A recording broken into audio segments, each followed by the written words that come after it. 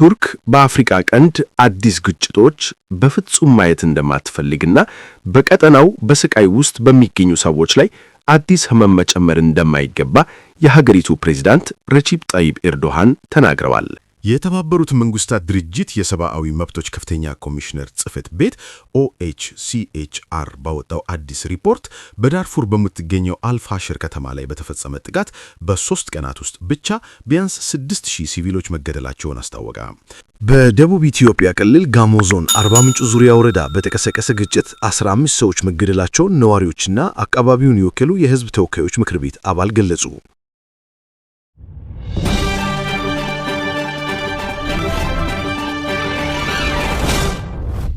ሰላም ተከታታዮቻችን፣ በአዲስ አቀራረብ ለእናንተ አዳዲስ ዜናዎችን ለማቅረብ ከተፍ ብለናል።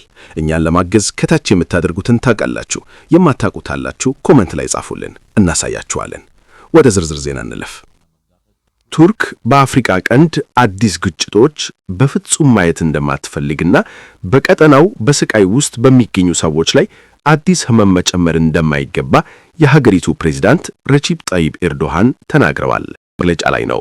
ኤርዶሃን ከ10 ዓመት በኋላ በኢትዮጵያ ጉብኝት ለማድረግ አዲስ አበባ የገቡት ዛሬ ማክሰኞ የካቲት 10 2018 ከሰዓት በኋላ ነበር። በኢትዮጵያ በኩል ከፍተኛ ግምት የተሰጠው የቱርኩ ፕሬዝዳንት ጉብኝት አቀባበልና ጋዜጣዊ መግለጫ በብሔራዊው ቴሌቪዥን በቀጥታ ተላልፏል። ኤርዶሃን 7 ደቂቃ በፈጀው የተጻፈ ንግግራቸው ካነሷቸው ጉዳዮች መካከል የአፍሪካ ቀንድ ሰሞነኛ የፖለቲካ ሁኔታ ይገኝበታል። የዓለም ሁሉ አይን በአፍሪካ ቀንድ ላይ ባረፈበት በዚህ ጊዜ የኢትዮጵያ ረጅም ዘመናት ያስቆጠረ የሀገረ መንግስት መዋቅርና ተምሳሌያዊ አስተዳደር የበለጠ አስፈላጊ የሆነ መጥቷል ያሉት ፕሬዝዳንት ኤርዶሃን በአፍሪካ ቀንድ ላይ ቱርክ ያላትን አቋም አያይዘው ግልጽ አድርገዋል። ኢትዮጵያ በምትገኝበት ቀጠና ያሉ ሀገራት ሉዓላዊነትና የግዛት አንድነት አስፈላጊነት ላይ ያለንን አቋም በተለይ አጽንኦት መስጠት ፈልጋለሁ ብለዋል የቱርኩ ፕሬዝዳንት።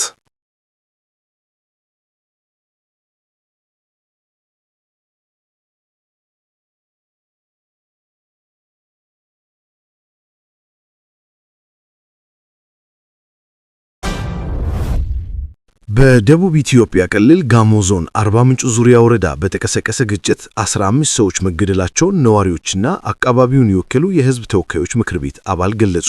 አንድ ለደህንነታቸው ሲሉ ስማቸው እንዳይጠቀስ የጠየቁ የዛይሴ ደንብሌ ቀበሌ ነዋሪ ግጭቱ ከትናንት በስቲያ እሁድ 10 ሰዓት ላይ ተከስቶ እስከ ትናንት ሰኞ ቀጥር ድረስ መቀጠሉን ለዶቼ ቬለ ተናግረዋል። በፖሊስ አጀብ ተሽከርካሪ ተጭነው በቀበሌው በማለፍ ላይ የነበሩ የጋሞ ዞን የጸጥታ አባላት ድንጋይ ተወርሮብናል በሚል የወረወረውን ሰው ለመያዝ ወደ መንደሮች መግባታቸውን የተከሱት እኚሁ የቀበሌው ነዋሪ የጸጥታ አባላቱ በየቤቱ መግባት መጀመራቸውን ተከትሎ ነው ግጭቱ የተነሳው።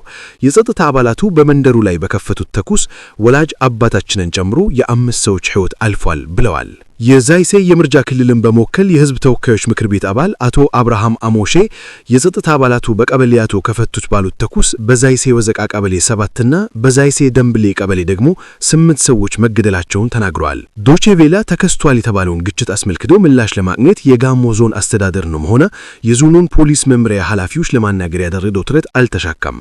ይሁን እንጂ ከቀናት በፊት በተካሄደው የደቡብ ኢትዮጵያ ክልል 5ኛ ዓመት 6ኛ መደበኛ ጉባኤ ላይ የሥራ ሪፖርት ያቀረቡ የርዕሰ መስተዳደር አቶ ጥላሁን ከበደ የክልሉን የጸጥታ ጉዳይ በስራ ሪፖርታቸው ጠቅሰዋል።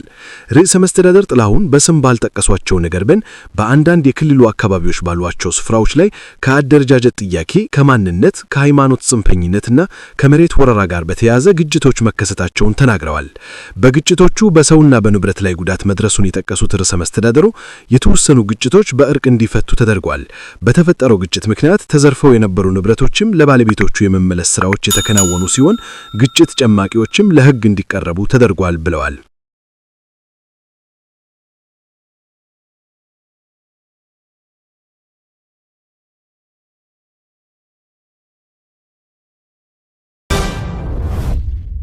የተባበሩት መንግስታት ድርጅት የሰብአዊ መብቶች ከፍተኛ ኮሚሽነር ጽሕፈት ቤት OHCHR ባወጣው አዲስ ሪፖርት በዳርፉር በምትገኘው አልፋሽር ከተማ ላይ በተፈጸመ ጥቃት በ3 ቀናት ውስጥ ብቻ ቢያንስ 6000 ሲቪሎች መገደላቸውን አስታወቀ።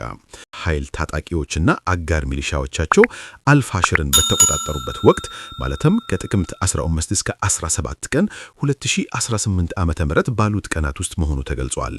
ጥቅምት 16 ቀን ፈጥኖ ደራሽ ኃይል ጃንጃዊድ ተብሎ ከሚጠሩት አጋር የአረብ ሚሊሻዎች ጋር በመሆን በዳርፉር የሱዳን ጦር የመጨረሻ ምሽግ የነበረችውን አልፋሽርን የተቆጣጠሩ ሲሆን ከተማዋ ለ18 ወራት በከበባ ውስጥ ከቆየች በኋላም በከተማዋና በአካባቢዋ አሰቃቂ ጥቃት መክፈታቸው ተመልክቷል።